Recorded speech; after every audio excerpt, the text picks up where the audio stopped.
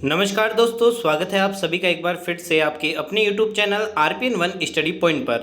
दोस्तों, आज अपन बात करने वाले हैं बहुत ही महत्वपूर्ण आधुनिक इतिहास के बारे में। जी दोस्तों, आज की जो क्लास है वो अपने आधुनिक जो इतिहास है उसके लिए एकदम रामबाण सिद्ध होने वाली है। आज की क्लास में अपन बात करने वाले हैं सन 1885 से लेकर 1947 तक के जितने भी आपके महत्वपूर्ण प्रश्न बनते हैं इतिहास से लेकर, उन सभी प्रश्नों को आज अपन इस क्लास में कवर करने वाले हैं। जिसको इतिहास में बहुत ज़्यादा प्रॉब्लम आती है उसके लिए ये जो वीडियो है दोस्तों, ये क्लास जो है दोस्तों, ये आपके लिए एकदम रामबाण सिद्ध होने वाली है। तो जल्दी से इस वीडियो को लाइक कर दीजिए और फटाफट इस वीडियो को अपने सभी साथियों के साथ शेयर कर दीजिए जो भी आपके दोस्त पीटीटी की तैयारी कर रहे हैं।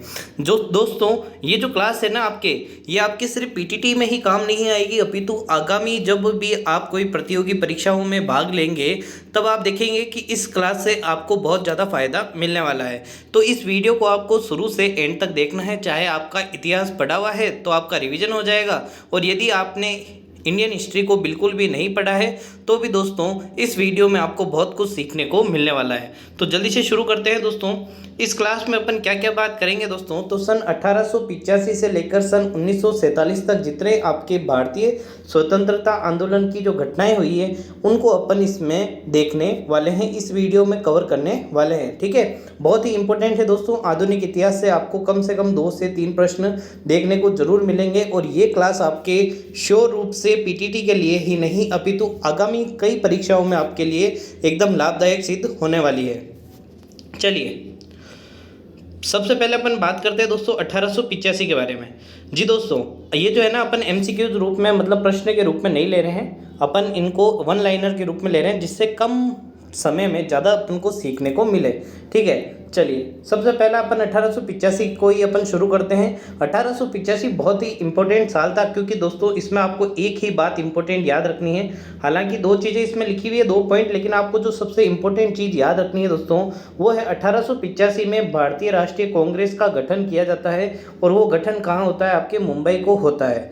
तारीख कौन सी है, तो 28 दिसंबर को है। इसी दिन कांग्रेस स्थापना दिवस मनाया जाता है। ठीक है, ये भी आपको याद रखना है। चलिए, और इसके प्रथम सत्र में 72 प्रतिनिधि उपस्थित थे। हालांकि ये आपको याद रखने की जरूरत नहीं है, लेकिन आपको ये याद रखना है किसने की थी इसकी स्थापना। A.O. ह्यूम द्वारा कांग्रेस की स्थापना की गई थी, ये भी आपको याद रखना है। तारीख बता दी 28 दिसंबर 1885। स्थापना किसके द्वारा, A.O. ह्यूम द्वारा। चलिए, दूसरा है दोस्तों लॉर्ड रेडोल्फ जो है चर्चिल भारत के सचिव बने। ये हालांकि ज़्यादा इंपॉर्टेंट नहीं है। ठीक है, हालांकि दोस्तों अपन ने जो कल की जो क्लास ली थी उसमें अपन ने बात की थी कुछ महत्वपूर्ण जो साल के दिन रहते हैं उनके बारे में। ठीक है, यदि आपने वो वीडियो नहीं देखी है तो आपको वो वीडियो ज़रूर देखनी है। साथ ही साथ दोस्तों उस वीडियो में एक जो है वो टाइपिंग मिस्टेक हो गई थी, उसमें ना 5 मार्च को विश्व उपभोक्ता अधिकार दिवस बता दिया गया था, जबकि वो जो तारीख है ना वो है 15 मार्च। ठीक है, तो उसको आप करेक्ट कर लेना, 15 मार्च को वो दिन बनाया जाता है। ठीक है, यदि आपने नोट डाउन करा है तो वहाँ पर आपको क्या कर देना है, 15 मार्च कर देना है। तो देखिए 1885 में आपको सिर्फ एक घटना याद रखनी है महत्वपूर्ण रूप से। 28 दिसंबर 1885 को राष्ट्रीय कांग्रेस का गठन होता है, A.O. ह्यूम द्वारा किया जाता है। चलिए, अगला जो महत्वपूर्ण आपके लिए सन बनता है दोस्तों वो है आपका 1905। कौन सा है, 1905 बहुत ही महत्वपूर्ण सन है दोस्तों। अब देखिए आपको लाइन वाइज चलना है। 1905 में दोस्तों क्या होता है, बंगाल विभाजन का निर्णय किया जाता है। जो आपका बंगाल है उसके टुकड़े करने की घोषणा की जाती है अंग्रेजों द्वारा। ये घोषणा कब होती है दोस्तों, 19 जुलाई 1905 में की जाती है। इस के दौरान जो आपके वायसराय थे वो कौन थे, करजन थे। ठीक है, कई बार पूछा जाता है कि बंगाल विभाजन का जो निर्णय है या फिर उस समय वायसराय जो थे वो कौन थे, लॉर्ड करजन थे। ये आपको याद रखना है, बहुत ही इंपॉर्टेंट है। कई बार पूछा जाता है। 1905 की घटना है बंगाल विभाजन। 5 में क्या हुआ, आपके बंगाल विभाजन हुआ। ठीक है, और दोस्तों अगला जो सन आता है वो आता है आपके 1906। देखिए 1906 में क्या क्या इंपॉर्टेंट हुआ, जिसको मैं इंपॉर्टेंट कर रहा हूँ ना वो तथ्य तो आपको याद होना चाहिए, वो तथ्य तो आपको एकदम याद होना चाहिए। 1906 में दोस्तों देखिए पहला जो लिखा हुआ है पॉइंट वो है, ब्रिटिश भारत ने आधिकारिक तौर पर भारतीय मानक समय को अपनाया। आधिकारिक तौर पर भारतीय समय को अपनाने का मतलब क्या है, जैसे कि आप जानते हैं ग्रीनविच रेखा अपन ने भारतीय भूगोल पढ़ा था, 82.5 डिग्री जो आपकी 82.5 डिग्री जो आपके पूर्वी देशांतर है, जो आपके इलाहाबाद नैनी से गुजरती है, उसको आप क्या कहते हैं, भारतीय मानक समय कहते हैं। वो कब अपनाया गया, 1906 में अपनाया गया। ठीक है। इसके अलावा देखिए दोस्तों, दक्षिण अफ्रीका में अहिंसा आंदोलन को चिन्हित करने के लिए महात्मा गांधी ने सत्याग्रह के प्रतीक का इस्तेमाल किया था। कब किया था, 1906 में। कहाँ पर किया था, तो दक्षिण अफ्रीका में। ज़्यादा इम्पोर्टेंट नहीं है। ठीक है, चलिए अगला है दोस्तों, बंगाल के विभाजन ने सांप्रदायिक विभाजन को जन्म दे दिया। 30 दिसंबर 1906 को ढाका के नवाब आगा खां और नवाब मोहसिन उल उक ने भारतीय मुसलमानों के अधिकारों की रक्षा के लिए मुस्लिम लीग का गठन किया। ये बिल्कुल इम्पोर्टेंट है दोस्तों। कई बार पूछा जाता है मुस्लिम लीग का जो गठन है वो कब होता है, 1906 में होता है। 1905 में आपका क्या होता है, बंगाल विभाजन, और 1906 में आपके किसकी स्थापना होती है, मुस्लिम लीग की स्थापना होती है। ये आपको याद रखना है। देखिए, और किसके द्वारा मुस्लिम लीग की स्थापना की जाती है, ये भी आपको याद रखना है। देखिए, बिल्कुल शॉर्ट में नहीं, पूरा आपको जितना जानकारी आपके लिए पर्याप्त है वो इसमें लिखी गई है। ठीक है, मुस्लिम लीग की स्थापना कब होती है दोस्तों, तो याद रखनी है 30 दिसंबर 1906। सबसे पहले आपने बात करी थी जो कांग्रेस की स्थापना, वो 28 दिसंबर 1885 को हुई थी, और उसके 2 दिन बाद 30 दिसंबर, लेकिन सन कौन सा है, 1906 में मुस्लिम लीग की स्थापना होती है। और किसके द्वारा की जाती है, तो वो आपको नाम लिखे हुए हैं, याद करना है दोस्तों, नवाब आगा खां और नवाब मोहसिन उल हक द्वारा। ये आपको याद रखने हैं, ये दोनों जनों ने मुस्लिम लीग का गठन किया था। चलिए, 1907 में दोस्तों क्या होता है, कांग्रेस का सूरत अधिवेशन होता है, और इस सूरत अधिवेशन में कांग्रेस जो है दोस्तों वो 2 भागों में टूट जाती है। एक था नरम दल और दूसरा था आपके गरम दल। ठीक है, ये आपको याद रखना है। देखिए, 1905 में बंगाल के 2 मतलब विभाजन किया जाता है। 1906 के अंदर आपके मुस्लिम लीग की स्थापना होती है। 1907 में आपके क्या हो जाता है दोस्तों, कांग्रेस का सूरत अधिवेशन होता है, और वहाँ पर जो कांग्रेस है जो 2 भागों में बढ़ जाती है, एक गरम दल और एक नरम दल। ठीक है, इसके अलावा आपको दूसरा पॉइंट जो है इतना इम्पोर्टेंट नहीं है दोस्तों पीटीटी की परीक्षा के हिसाब से, लेकिन फिर भी आपको ध्यान रखना है, लाला लाजपत राय और अजीत सिंह को पंजाब की कैनोल कॉलोनी में दंगे के बाद मांडले जेल भेज दिया गया था, है ना। ये आपके पीटीटी की परीक्षा के लिए ज़्यादा इंपॉर्टेंट नहीं है, लेकिन आपको ये याद रखना है दोस्तों, कांग्रेस का विभाजन कब हुआ था, 1907 में। बंगाल का विभाजन 1905 में। मुस्लिम लीग की स्थापना 1906 में। ये एकदम लाइन से याद होनी चाहिए, 5, 6, 7। ठीक है, अब 8 में क्या हुआ देखिए दोस्तों। चलिए, 8 जो है 1908 में क्या हुआ था, 8 जून 1908 को खुदीराम जो बोस थे को कैनेडी और उनकी बेटी की हत्या के जुर्म में अदालत में पेश किया गया था, और 13 जून को उनको मौत की सज़ा सुनाई गई थी, और 11 तारीख को उनको क्या दे दी गई थी दोस्तों, 11 अगस्त को उनको फांसी दे दी गई थी। हालांकि ये भी प्रश्न आपके पीटीटी परीक्षा में नहीं पूछा जाता है, लेकिन दोस्तों फिर भी आपको याद रखना है, देशद्रोह के आरोप में तिलक को 6 साल की कारावास की सज़ा सुनाई गई थी। 3 सन आपको अभी तक, 4 सन आपको याद रखना है। 1885 कांग्रेस की स्थापना, 1905 बंगाल आपके विभाजन, 1906 किसकी स्थापना, मुस्लिम लीग की स्थापना, और 1907 में आपके याद रखना है कांग्रेस का जो विभाजन है वो हो जाता है। अब जो महत्वपूर्ण ईयर है वो है आपका 1909। ये प्रश्न कई बार पूछा जाता है, इसको आसानी से आपको पढ़ना है, याद रखना है, 1909 ईस्वी। ठीक है, 1909 ईस्वी में एक दोस्तों अधिनियम आता है। इस अधिनियम को नाम दिया जाता है मार्ले मिंटो सुधार या फिर भारतीय परिषद अधिनियम 1909। ठीक है, इस अधिनियम के अंदर क्या क्या बातें कही गई थी, ये कई बार प्रश्न पूछा जाता है। ठीक है, अंग्रेज जो सरकार थी, ब्रिटिश सरकार क्या थी दोस्तों, समय समय पर कई सारे अधिनियम पारित करती थी, जिसमें ये 1909 और एक 1919। ठीक है, इसके 10 साल बाद में जो आएगा आपके 1919 वाला माउंटेन चेन फोर्ट, वो भी बहुत ज़्यादा इंपॉर्टेंट है, कई बार पूछा जाता है, लेकिन आपको मार्ले मिंटो भी याद रखना है। इस अधिनियम को ब्रिटिश संसद द्वारा पारित किया गया था, जिसके द्वारा ब्रिटिश संसद जो थी दोस्तों, उसमें भारत के शासन में भारतीयों को हिस्सेदारी अल्प मात्रा में बढ़ेगी, जिसमें है ना भारतीय जो लोग थे उनको थोड़ा सा क्या दे दिया गया दोस्तों, थोड़े से ज़्यादा अधिकार दे दिए गए थे। ठीक है, इसे इस नाम से इसलिए जाना जाता है क्योंकि इस समय जो मार्ले थे वो भारत के सचिव थे, और लॉर्ड मिंटो जो थे वो भारत के वायसराय थे। ठीक है, मार्ले मिंटो मतलब सचिव और वायसराय दोनों के नाम पर इस अधिनियम का नाम पड़ जाता है। ठीक है, अगला आपको देखना है दोनों, इन दोनों के नाम के आधार पर ही आप इसको मार्ले मिंटो सुधार की संज्ञा देते हैं। सरकार द्वारा सुधारों को प्रस्तुत करने के पीछे दो घटनाएं मुख्य थी। 1906 में आगा खां के नेतृत्व में मुस्लिम प्रतिनिधिमंडल जो था दोस्तों वायसराय लॉर्ड मिंटो से मिला और मांग की कि मुस्लिमों के लिए पृथक निर्वाचन प्रणाली की व्यवस्था की जाए तथा मुसलमानों को उनकी जनसंख्या के अनुपात में प्रतिनिधित्व दिया गया। ठीक है, आपने ये पढ़ लिया। अब देखो मैं इसको समझा देता हूँ ये क्या लिखा हो गया दोस्तों। 1909 का जो अधिनियम था ना उसमें क्या दिया गया था दोस्तों, मुस्लिम लोगों के लिए जो मुस्लिम लीग की स्थापना हुई थी तो उन्होंने मांग की थी कि मुसलमानों के लिए अलग से प्रतिनिधित्व दिया जाए। तो मुस्लिम के लिए अलग से प्रतिनिधित्व का मतलब क्या था दोस्तों, एक एरिया, जैसे कि आप अभी देखते हैं विधानसभा या फिर आप जो चेयरमैन नगर पालिका वगैरह इनका चुनाव देखते हैं तो आप देखते हैं जो पार्षद की चुनाव होती है ना उससे पहले लॉटरी लगती है कि इस सीट के ऊपर कौन सी कास्ट का मेल या फीमेल खड़ा होगा, है ना, ओबीसी, एससी, एसटी, इस तरीके से दोस्तों उस समय भी था कि कौन से एरिया में मुसलमान जो है वो प्रतिनिधित्व खड़ा होगा। लेकिन दोस्तों इसकी विशेष बात ये थी कि इसमें कोई भी खड़ा हो लेकिन है ना वोट कौन देंगे। अगर मुसलमान के लिए अलग प्रतिनिधित्व तय कर दिया ना तो उसमें क्या था दोस्तों, उसमें वोट भी देने सिर्फ और सिर्फ कौन जाएंगे, मुस्लिम लोग ही देने जाएंगे। तो इसलिए अपन कहते हैं सांप्रदायिक मत प्रणाली इसके द्वारा शुरू की गई थी 1909 के द्वारा। ठीक है, चलिए, हालांकि आपको बस इतना ही याद रखना है, अधिकतर तो मार्ले मिंटो अधिनियम कब आया था, 1909 में। ठीक है, चलिए 1911 बहुत ही इंपॉर्टेंट है दोस्तों, क्योंकि दोस्तों जानते हैं भारत में जो पहले जो राजधानी थी वो कोलकाता थी। कौन सी थी, कोलकाता थी।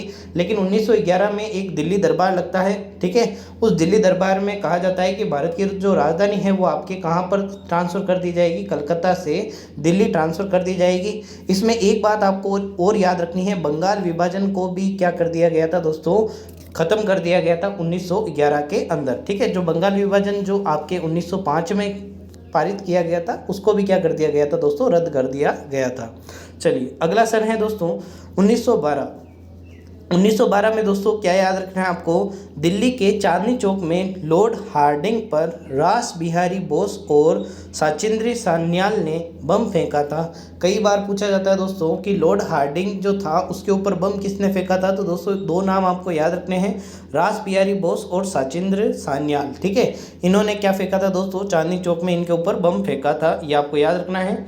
चलिए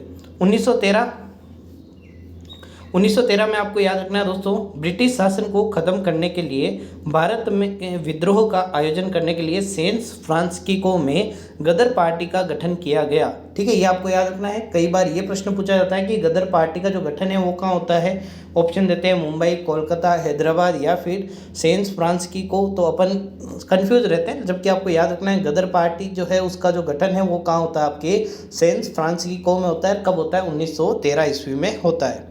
चलिए अगला प्रश्न है आपका 1914 ईस्वी का। 1914 ईस्वी में दोस्तों एक आपको बात तो याद होगी, प्रथम विश्व युद्ध की शुरुआत हो जाती है 1914 में। क्या हो जाता है दोस्तों, प्रथम विश्व युद्ध की शुरुआत हो जाती है। प्रथम विश्व युद्ध से भी प्रश्न पूछा जाता है कि ये युद्ध लगभग कितने सालों तक चलता है, 4 सालों तक चलता है, जिसके अंदर 37 देशों ने भाग लिया था। ठीक है, हालांकि आपको इसमें सिर्फ इतना याद रखना है 1914 से 1918 के बीच में ये आपके युद्ध हुआ था, और ज़्यादा आपको याद करने की ज़रूरत नहीं है, लेकिन आप इसका स्क्रीनशॉट ले सकते हैं, इसको आराम से पढ़ सकते हैं। ठीक है, चलिए अगला है दोस्तों आपका 1915 ईस्वी। 1915 ईस्वी में क्या होता है, 1915 ईस्वी में आपको तारीख भी मैंने कल बताई थी जब अपने दिन की बात की थी, तो 9 जनवरी 1915 इस दिन क्या होते हैं दोस्तों, महात्मा गांधी जी जो थे वो आपके दक्षिण अफ्रीका से वापस भारत लौटते हैं, और इसी कारण 9 जनवरी को कौन सा दिवस बनाया जाता है, प्रवासी भारतीय दिवस बनाया जाता है। ये अपन ने कल बात कर चुके हैं। तो 1915 में क्या हुआ था दोस्तों, महात्मा गांधी जी भारत वापस लौटे थे। जी दोस्तों, नोट्स बनाते हुए चलना है, जैसे जैसे मैं बोल रहा हूँ उसको पूरा सुनना है, और साथ साथ में जो नोट्स आपने बनाए हैं उनको एक बार आप रिवाइज कर लोगे तो दोस्तों ये आपको तारीखें याद रह जाएगी, कम से कम परीक्षा तक तो याद रहेगी। ठीक है, चलिए 1916। अब 1915 में गांधी जी आ गए। अब मेन पिक्चर किसके ऊपर चलेगी, कौन हीरो बन के चलेगा, जो पिक्चर जो है वो किसके आगे पीछे दौड़ेगी, तो आप सभी जानते हैं गांधी जी के आगे पीछे। 1915 में गांधी जी आगे। 1916 में आपको याद रखना है अहमदाबाद के साबरमती आश्रम का निर्माण उन्होंने करवाया था। ठीक है, अगला आपको याद रखना है होम रूल लीग आंदोलन जो था एक राष्ट्रीय राजनीतिक संगठन था। ठीक है, जिसकी स्थापना 1916 में बाल गंगाधर तिलक द्वारा भारत में स्वशासन के लिए राष्ट्रीय मांग का नेतृत्व करने के लिए होम रूल नाम से की गई थी। आपको सिर्फ इतना याद रखना है, होम रूल का जो उद्घाटन है वो किसके द्वारा किया गया था, तो बाल गंगाधर तिलक द्वारा किया गया था। ठीक है, या फिर इस आंदोलन की शुरुआत किसके द्वारा की गई थी, तो बाल गंगाधर तिलक द्वारा की गई थी। कब की गई थी, तो 1916 में। ठीक है, हालांकि बाल गंगाधर तिलक के अलावा भी आपको एक नाम याद रखना है, वो है आपका एनी बेसेंट। ठीक है, इनका भी नाम आपको होम रूल से याद रखना है। होम रूल लीग की शुरुआत किसने की थी, एनी बेसेंट ने की थी, ये भी याद रखना है। और एनी बेसेंट जो थी दोस्तों, ये पहली कांग्रेस की अध्यक्ष रही थी, ये भी आपको याद रखना है। पहली महिला कांग्रेस अध्यक्ष कौन थी, एनी बेसेंट ही थी, ये आपको याद रखना है। 1916 में आपको दो चीज़ें याद रखनी है, एक तो होम रूल लीग, और दोस्तों एक आपको याद रखना है, गांधी जी ने अहमदाबाद में साबरमती आश्रम बनाया। 15 में गांधी जी आए, 16 में उन्होंने अपने रहने के लिए जगह बनाई, और 17 के अंदर आपको याद रखना है दोस्तों, पहला जो उन्होंने सत्याग्रह किया था वो 1917 में किया था। और 1917 में कहाँ पर, तो याद रखना आपको बिहार के चंपारण जिले में 1917-18 में एक सत्याग्रह हुआ था, जिसे किस नाम से जानते हैं अपन, चंपारण सत्याग्रह के नाम से जानते हैं। गांधी जी के नेतृत्व में भारत में किया गया ये पहला सत्याग्रह था, ये भी आपको याद रखना है। किसके विरुद्ध था, तो दोस्तों याद रखना है नील की खेती के विरुद्ध, नील की खेती के विरुद्ध। और एक प्रश्न और पूछा जाता है कि तीन कठिया पद्धति जो है दोस्तों, उसका संबंध किस आंदोलन से है, तो दोस्तों वो भी आपको याद रखना है, वो भी आपका है चंपारण का जो आंदोलन है उससे ही इसका संबंध है। चलिए अगला जो है आपका इतना इम्पोर्टेंट नहीं है। चलिए 1918 जो है दोस्तों, इसमें आपको ध्यान रखना है। चलिए, पहला अखिल भारतीय शोषित वर्ग सम्मेलन का आयोजन किया जाता है, ज़्यादा इम्पोर्टेंट नहीं है। अगला है दोस्तों, रोलेक्ट समिति अपनी प्रस्तुत जो रिपोर्ट है वो प्रस्तुत करती है, जो कि आपके रोलेक्ट बिल के नाम से 16 फरवरी 1919 को पेश किया गया था। ठीक है, आपको ये याद रखना है, रोलेक्ट एक्ट का जब प्रश्न आएगा ना तो 1919 याद रखना है, 1918 याद नहीं रखना है। प्रस्तुत की थी, लेकिन जो ये बिल कब पेश किया गया था आपके 1919 में, तो यही पूछा जाता है रोलेक्ट एक्ट कब आया था, तो आप कहते हैं 1919 में, ये आपको याद रखना है। मतलब 1918 में इतना कोई इंपॉर्टेंट आपके परीक्षा के हिसाब से नहीं है। ठीक है, चलिए 1919 में आपको एक तो याद रखना है दोस्तों, रोलेक्ट एक्ट कब पारित हुआ था, 1919 में, ये आपको याद रखना है। चलिए अब आपको देखना है दोस्तों, पहला पॉइंट क्या लिखा हुआ है, एंटी रोलेक्ट सत्याग्रह जो थे दोस्तों, M.K. गांधी ने रोलेक्ट बिल के खिलाफ अभियान शुरू किया, और यह सत्याग्रह जो सभा की स्थापना 24 फरवरी 1919 में बम्बई में की गई थी। इस आंदोलन के दौरान M.K.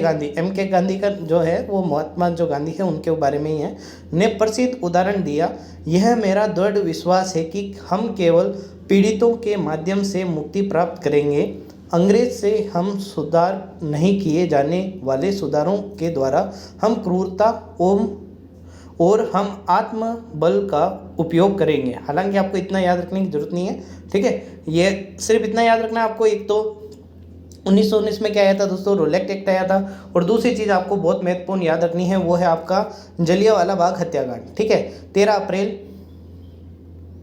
बैसाखी का दिन अमृतसर 1919 में जनरल डायर द्वारा अंधाधुंध गोलियां चला दी जाती है, ये आपको याद रखना है। जलियांवाला बाग हत्याकांड कब हुआ था, 1919 में हुआ था। एक अभी मैंने आपको बताया था मॉन्टेग चेम्सफोर्ड सुधार या फिर भारत सरकार अधिनियम 1919 की घोषणा भी कब की जाती है, आपके 1919 में की जाती है। लेकिन देखो, भारत सरकार अधिनियम 1919 नहीं दिया जाएगा, आपको दिया जाएगा मॉन्टेग चेम्सफोर्ड अधिनियम कब आया था, तो 1919 में। ठीक है, चलिए मार्ले मिंटो एक्ट कब आया था, 1909 में। माउंटेन चेम्सफोर्ड अधिनियम 1919 में, 10 साल बाद में। अगला है आपका 1920 में। दोस्तों अंत तक बने रहना है, नोट्स बनाते रहना है। यदि आपने नोट्स बनाए तो आपकी परीक्षा में आप देखेंगे कि 2 से 3 प्रश्न आपको यहाँ से देखने को मिल जाएंगे, है ना। पूरी अपन हिस्ट्री को कवर करते हुए चल रहे हैं। चलिए 1920 ईस्वी में क्या होता है दोस्तों, लाला लाजपत राय की अध्यक्षता में मुंबई जो थी दोस्तों उसमें आयोजित होती है। ठीक है, इसमें अखिल भारतीय व्यापार संघ कांग्रेस की पहली बैठक संपन्न हुई थी। ठीक है, अगला है दोस्तों 1919 में आपके रोलेक्ट एक्ट आया, 1919 में ही आपके जलियांवाला बाग हत्याकांड हुआ। उसके विरोध में दोस्तों कांग्रेस ने एक आंदोलन चलाने का प्रस्ताव किया महात्मा गांधी जी द्वारा, वो था दोस्तों भारतीय राष्ट्रीय कांग्रेस ने असहयोग को प्रस्ताव दे दिया। असहयोग आंदोलन आपके कब शुरू होता है, 1920 से, 1920 लास्ट में शुरू होता है और 1922 तक ये चलता है। ठीक है, चलिए 1921 में आपको देखना है दोस्तों, 1921 में क्या क्या हुआ था। इस वर्ष प्रिंस की स्थायी सलाहकार परिषद का उद्घाटन, राज्य परिषद और विधानसभा की परिषद का उद्घाटन हुआ था। ये इतना इम्पोर्टेंट नहीं है, दूसरा पॉइंट भी ज़्यादा इम्पोर्टेंट नहीं है, लेकिन आप इसको पढ़ सकते हैं। ठीक है, 1921 जो है आपके लिए ज़्यादा इम्पोर्टेंट नहीं है। अगला प्रश्न 1922 बहुत ही ज़्यादा इम्पोर्टेंट है दोस्तों। 1922 में एक हत्याकांड होता है जिस कारण महात्मा गांधी असहयोग आंदोलन को वापस ले लेते हैं। उसका नाम है दोस्तों चोरा चोरी कांड। ठीक है, 1922 में ये होता है। अब इसके बारे में क्योंकि इम्पोर्टेंट है तो अपन इसके बारे में पूरी इन्फॉर्मेशन ले लेते हैं। चोरा चोरी कांड है जो कि उत्तर प्रदेश के गोरखपुर के पास एक कस्बा है जिसका नाम है चोरा चोरी। वहाँ पर 4 फरवरी 1922 को भारतीयों ने ब्रिटिश सरकार की एक पुलिस चौकी पर आग लगा दी थी। क्या कर दी थी? आग लगा दी थी। उसके अंदर 22 जो पुलिस कर्मचारी थे वो जिंदा जलकर मर गए थे। इस हत्याकांड का नाम क्या पड़ गया दोस्तों? चोरी चोरा कांड हत्याकांड पड़ गया। इसके कारण गांधी जी ने क्या किया था दोस्तों? असहयोग आंदोलन जो था दोस्तों, जिसमें उन्होंने प्रार्थना की थी कि ये जो आंदोलन है पूर्णतः अहिंसा रूप से होना चाहिए। ठीक है, इसमें हिंसा बिल्कुल नहीं होनी चाहिए। लेकिन दोस्तों ये होते हुए देखते ही जो महात्मा गांधी ने क्या किया दोस्तों? असहयोग आंदोलन को वापस ले लिया। ये आपको याद रखना है। ठीक है, चलिए दूसरा पॉइंट ज़्यादा आपको इम्पोर्टेंट नहीं है। अगला देखिए, तीसरा जो पॉइंट है ये आपको याद रखना है। रविंद्रनाथ टैगोर ने विश्व भारती विश्वविद्यालय की स्थापना की थी। कब की थी दोस्तों? 1922 में की थी। ये इंपॉर्टेंट है दोस्तों। चलिए 1923 एक ही फैक्ट इंपॉर्टेंट है, ये आपको याद रखना है। 1923 में क्या होता है दोस्तों? मोतीलाल नेहरू और सी एन दास जो है दोस्तों, सी आर दास है, उन्होंने क्या किया था दोस्तों? स्वराज पार्टी की स्थापना की थी। ठीक है, मोतीलाल नेहरू याद रखना है और सी आर दास, ये दो नाम आपको याद रखने हैं। इन दोनों ने मिलकर स्वराज पार्टी की स्थापना की थी। कब की थी? 1923 में। चलिए चित्तरंजन दास द्वारा की गई थी, पूरा नाम यह है इनका। चलिए 1925 में चित्तरंजन दास की मृत्यु हो जाती है। और 1925 में आपके इम्पोर्टेंट है दोस्तों जो है आपका 1925 में काकोरी हत्याकांड होता है। चलिए चोरा चोरी कांड हत्याकांड कब होता है? 1922 में। और काकोरी जो ट्रेन लूट है वो कब होती है आपके? 1925 में। ये आपको याद रखनी है। चलिए अगला प्रश्न है दोस्तों, 1927 में साइमन कमीशन की नियुक्ति होती है और 1928 में वह साइमन कमीशन भारत लौटता है। ये आपको याद रखना है। 1927 में बनता है, 1928 में ये भारत आता है। और इसका जो स्वागत है वो किया गया था गो बैक के नारों के साथ, मतलब कहा गया था कि ये वापस लौट जाए, साइमन कमीशन गो बैक। ठीक है, इसके नारे लगाए गए थे। 1928 में ही एक और रिपोर्ट पेश की जाती है जिसको अपन कहते हैं नेहरू रिपोर्ट, जो कि आपके भारतीय संविधान के लिए बहुत ही महत्वपूर्ण रिपोर्ट थी। ठीक है, चलिए 1929। अब देखिए 1909 में दोस्तों क्या हुआ था? 1909 में आया था मार्ले मिंटो एक्ट। 1919 में क्या आया था? माउंटेन चेम्सफोर्ड अधिनियम। ठीक है, अब देखिए 1929 में क्या आया था? तो सभी दल जो थे, मुस्लिम सम्मेलन जिन्ना के नेतृत्व में 14 अंक तैयार करता है। जिस तरीके से नेहरू रिपोर्ट आती है कांग्रेस द्वारा, उसी तरीके से आपके मुस्लिम जो लीग थी उसके द्वारा 14 अंक तैयार करता है। किसके नेतृत्व में? जिन्ना के नेतृत्व में। ठीक है, हालांकि ज़्यादा इसमें इम्पोर्टेंट नहीं है 1929 में। लेकिन दोस्तों सबसे महत्वपूर्ण जो आपके 1929 की बात है वो आपको याद रखनी है। जवाहरलाल नेहरू जो थे उनके तहत लाहौर का जो सत्र था, भारत के लिए पूर्ण स्वतंत्रता के लक्ष्य को अपनाया गया था। इसका मतलब है दोस्तों लाहौर के अंदर एक अधिवेशन हुआ था जिसमें कांग्रेस ने शपथ ली थी कि भारत अब से क्या है? आज़ाद है। और एक तारीख निश्चित की गई थी, वो तारीख थी दोस्तों 26 जनवरी 1930। इस तारीख को दोस्तों कांग्रेस ने भारत का क्या बनाया था? पहला स्वतंत्रता दिवस बनाया था। ठीक है, ये आपको याद रखना है। चलिए 1930 जवाहरलाल नेहरू ने भारत का जो तिरंगा है वो लाहौर में रावी नदी के किनारे फहराया था। पहला स्वतंत्रता दिवस कब बनाया गया था? आपके 26 जनवरी को। ये याद रखना है दोस्तों, कई बार पूछा जाता है पहला स्वतंत्रता दिवस कब बनाया गया था भारत में? तो 26 जनवरी 1930। ठीक है, ये आपको याद रखना है। चलिए इसी कारण दोस्तों आप देखते हैं कि 26 नवंबर 1949 को आपका संविधान बन के तैयार हो जाता है। लेकिन जो संविधान लागू किया जाता है वो कब किया जाता है? 26 जनवरी 1950 को। क्यों किया जाता है 2 महीने बाद? क्योंकि दोस्तों कांग्रेस ने जो अपना स्वतंत्रता दिवस है वो 26 जनवरी को बना लिया था। अब यदि 26 जनवरी को कुछ नहीं होता तो इस तारीख को लोग भूल जाते हैं, तो उन्होंने संविधान को लागू करने के लिए 2 महीने वेट किया और 26 जनवरी को ही उन्होंने क्या किया दोस्तों, संविधान को लागू किया और गणतंत्र दिवस के रूप में इसको मनाया जाता है। ठीक है, चलिए 1930 की आपको यही बात याद रखनी है, पहला स्वतंत्रता दिवस कब मनाया गया? आपके 1930 में मनाया गया। ठीक है, और दोस्तों 1930 में क्या हुआ था, तो कांग्रेस की जो कार्यकारिणी जो समिति थी वो साबरमती में मिलती है और उन्होंने सविनय अवज्ञा आंदोलन को दांडी मार्च के साथ पारित कर दिया।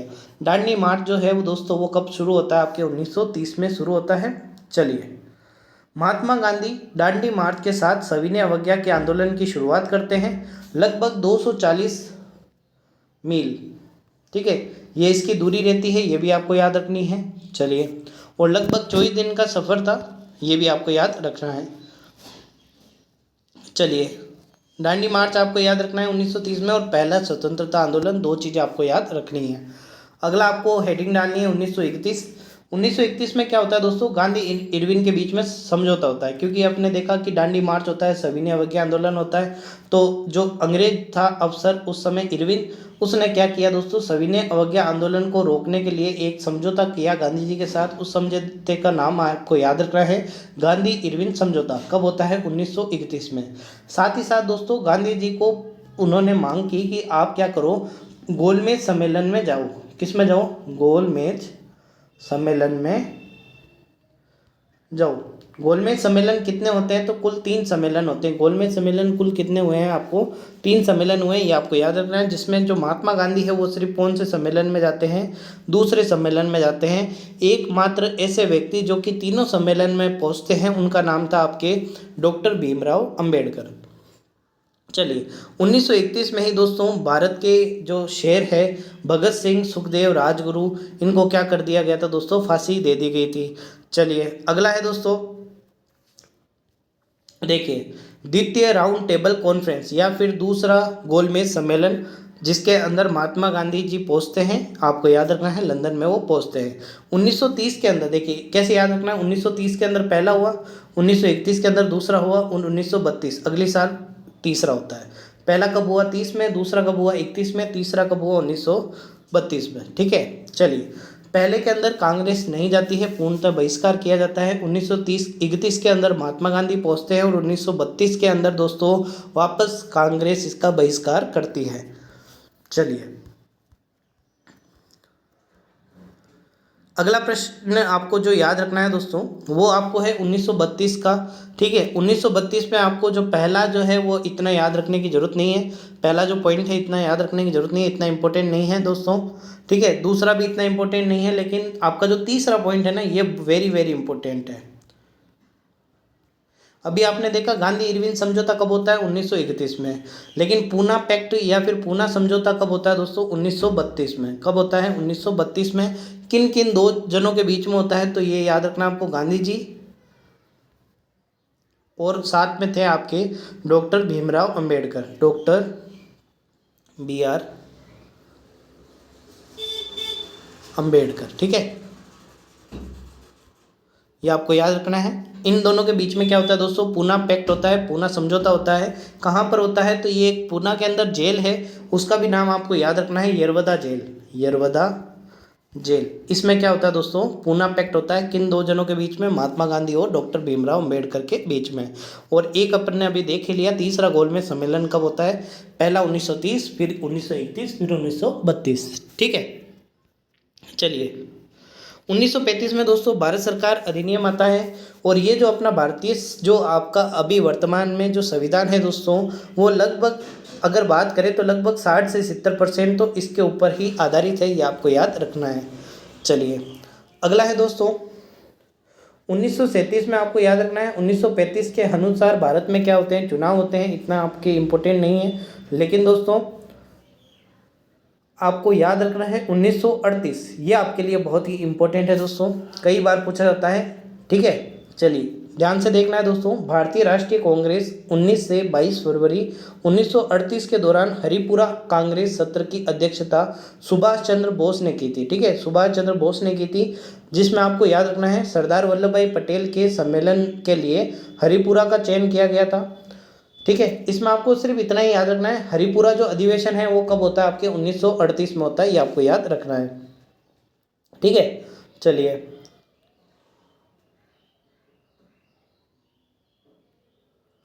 अगला दोस्तों आपके 1939 में दोस्तों कहाँ का अधिवेशन होता है, त्रिपुरा अधिवेशन होता है, ये भी आपको याद रखना है। देखिए एक प्रश्न आपको और याद रखना है 1924 का। 1924 में एक कांग्रेस का जो अधिनियम होता है उसका नाम है बेलगांव अधिनियम। कौन सा है? बेलगांव अधिनियम। इसकी जो अध्यक्षता है वो की जाती है महात्मा गांधी जी द्वारा। किसके द्वारा? गांधी जी द्वारा। ये एकमात्र ऐसा अधिनियम है जिसकी अध्यक्षता गांधी जी ने की थी, 1924 का बेलगांव अधिनियम। ठीक है, 1925 में जो अधिनियम हुआ था ये भी बहुत इंपॉर्टेंट है, क्योंकि ये जो अधिनियम है इसकी अध्यक्षता पहली जो महिला, भारतीय महिला है उसके द्वारा की गई थी, उनका नाम था सरोजनी नायडू द्वारा। ठीक है, ये भी आपको याद रखना है।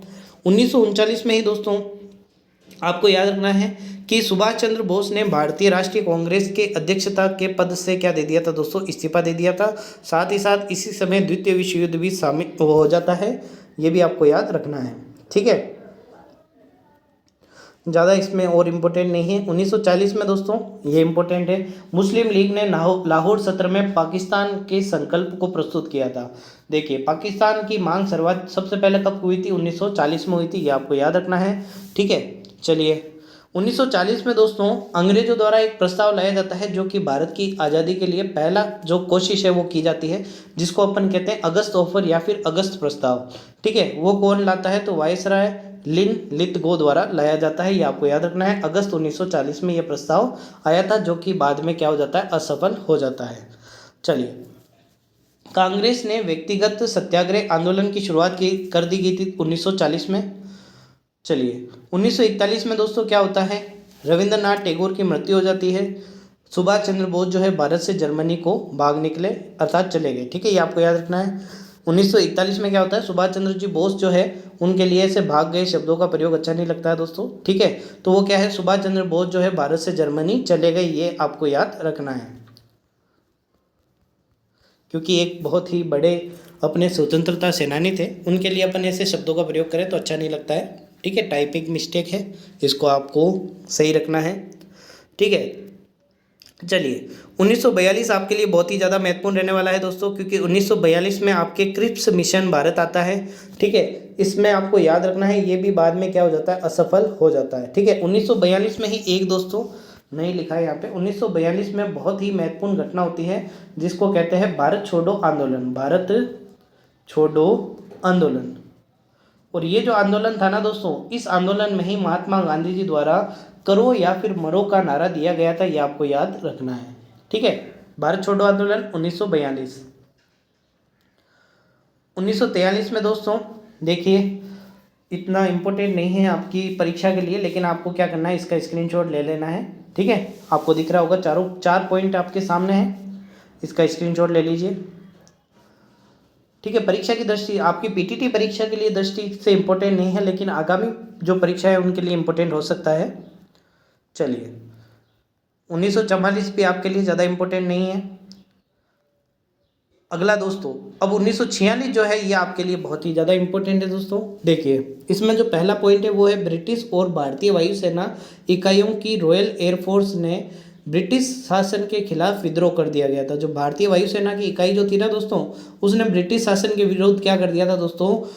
अपना विरोध प्रदर्शन कर दिया गया था। ठीक है, उसी समय दोस्तों क्या होता है? ब्रिटिश प्रधानमंत्री इटली ने कैबिनेट मिशन की घोषणा की थी, यह आपको ध्यान रखना है। इटली नहीं है, इटली है, वो क्या है? इटली। उसने कैबिनेट मिशन की घोषणा की थी। कैबिनेट मिशन का गठन 1946 में होता है, ये आपको याद रखना है। और ये दोस्तों पास हो जाता है, क्या हो जाता है? पास हो जाता है। इसी के आधार पर भारत में जो संविधान सभा है उसका गठन किया जाता है, ये भी आपको याद रखना है। अब देखिए सरकार बनाने के लिए जो आपके जो नेता चुना गया था वो थे दोस्तों आपके जवाहरलाल नेहरू जी। ठीक है, उनको आमंत्रित किया गया। संविधान सभा का पहला सत्र इसी वर्ष हुआ था, ये भी आपको याद रखना है। 1946 9 दिसंबर की तारीख थी 9 दिसंबर 1946 को पहला सत्र होता है, दूसरा कब होता है 11 दिसंबर को, और तीसरा कब होता है 13 दिसंबर को।